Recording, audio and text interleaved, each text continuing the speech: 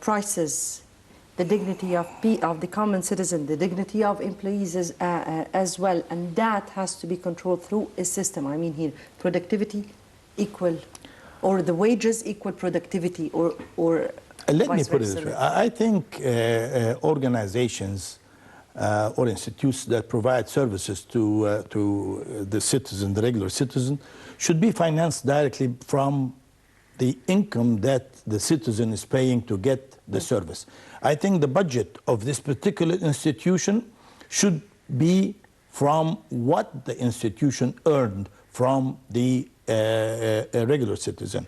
And this could be a way to upgrade the salary of the employees. Instead of getting 50% of it from a legal source and another 50%, hopefully, because it's a lot more than 50% from an illegal source. So if you actually train the employees, longer hours, as well as get the citizens to pay the actual cost of the service, not subsidized by the government in any way, this is the only way you upgrade the salaries of the employees and provide a decent service to the Egyptian citizens. Yes. When also, just to finish up with the corruption issue, but when I said that corruption hinders the country from progressing, I was not just speaking about the common citizen. I was also speaking about corruption that hindered the progress, or that hindered the attraction of investors to Egypt. Definitely, yes. And that could be represented in maybe bureaucracy, in maybe not implementing the laws in its perfect way that should be implemented with. How important is that at this phase? Actually, we've been hearing stories about the one window that will finish all the paperwork, red paper, for any investor. We need really a very realistic look and really accelerate the system. I don't know what's holding us. I do not accept the fact that an individual or a group of individuals who are capable really of holding back Egypt from just racing with time to attract investors. Investors get scared from red tape in Egypt, and we need to just change all that. This is the real revolution that the president himself will lead in the coming 2 years, in my opinion. Yes. To modernize the system, the whole system, in every aspect. It's very hard work. And lucky we have an athletic president, and he's very fit. I think he will be able to cope with the task. Hopefully, yes. Hopefully, yes, but also with the will and determination and the help and work of people. Definitely, without the help of people, we don't have a country.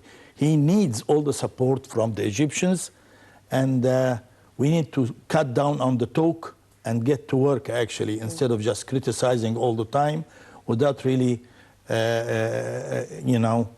putting the effort required to achieve our dreams.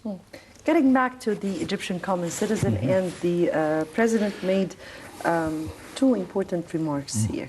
He spoke and he called, rather, on those in control of the prices and traders to have mercy on the people. And that was a sincere call made by the president for people to have mercy on people.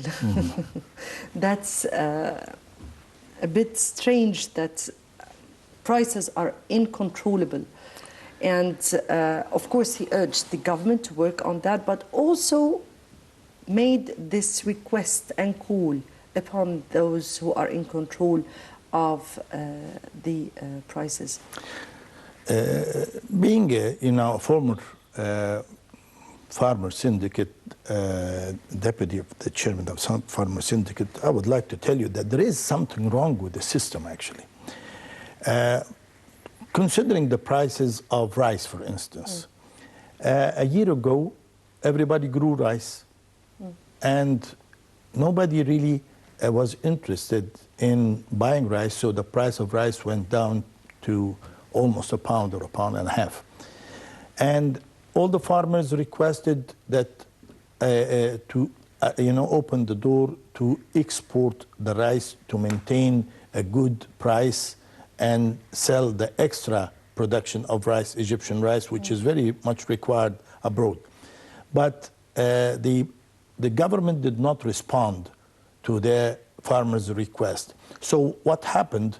The intermediate traders went and bought the rice at very cheap prices and kept it in warehouses. 3 months later, the government opened the door to export rice. And who made the profit? Those who have... Who actually had the money to buy the rice and keep it in warehouses. Okay? This year, we imported rice, unfortunately, because everybody did not want to grow rice because the prices was not attractive at all. So actually, it's a management issue. In order for us to be able to control prices, we need management. If we have a crop like rice, like onion is the price of onion in the fields is almost close to nothing. Close to nothing. Where is the industry that is built on drying onion or garlic just to absorb the extra production from the market to maintain a decent percentage of profit for the farmers and actually train the Egyptians to use dry onion, for instance, or dry garlic, or powdered potatoes. All of this, we need the Ministry of Agriculture to cooperate with the Ministry of Industry, with the Ministry of Supplies. So actually, the coordination is very much required to know what do we need, how can we do it. And actually, I think everybody singing a tune on his own, and the result is not really the tune that we want to hear. Yes, we need harmony, we need a maestro, yes? Right, turning to another point the President addressed, which is the security and stability of the country. And the President said that this was one of the main issues that he really addressed at the beginning and up till this minute in order to stabilize the country and be able to start gaining or making the Headway. required... Yes. How do you view the security and stability of the country? How did Egypt maintain that? The President said that we are regaining it gradually, or we have been regaining it gradually. How do you view the process in itself? Actually, I think Egypt is very much blessed that we have an organization called the Egyptian Army. I personally was expecting trouble from the western borders, because for a very long time in Derna and the insert, ISIS or Daesh was gathering. A lot of the trained terrorist elements fled from north of Syria and north of Iraq through Turkey to Libya, and they were gathering over there in Sirte. And I was expecting a lot of problems on our western borders. I think when the President said we achieved a lot of files everybody knows, but he kept some of these files hush-hush for himself. I think the peaceful Western Desert is one of the good deeds of our army. We are very much aware of what's going on, and we are very much ready for any task in that particular area. I think we are, regaining control in Sinai, and the government is working in both fronts, to face terrorists and to develop Sinai. I really think that the development of the Bardawi Lake and upgrading the production in the Bardawi Lake is a very good start. I think it's maybe more important than what we're doing in the Suez Canal in regard of creating artificial fisheries over there. I think Bardawil Lake, if it was dredged and dealt with, it will be a turning point in Sinai. I think the production of salt should be considered. We need an overlook. We need to rediscover our country and have the right password. And hence I'm asking you about, yes, there were mega projects launched. There were middle and small projects launched in parallel to those. Yes, there are many developmental projects. What kind of projects does Egypt really need in this upcoming phase? So as, let me say that frankly, so that the people, the common people would really or sense that the country is going forward on the right track of achieving something, or at least fulfilling some of their aspiration? Actually, in order to touch the regular Egyptian in remote areas like Halayib, Shalatin, Uwainat, all of this, all of these remote areas that were neglected for some time, I think we ought to have an unconventional way of thinking, meaning the President announced that we will reclaim up 1.5 million faddans from the desert and turn it to Greenland. Yes, good. I raised the hat for that. But let's surprise everybody. We have in the drawers of the Ministry of Agriculture and the Academy of Research files, we could grow meadows, man-made meadows, directly irrigated by seawater without any treatment, and have the biggest cattle farm in the Middle East, or the camel farm in the Middle East. We need to be unconventional. Our friends in Saudi Arabia and in the United Arab Emirates, they know that very well.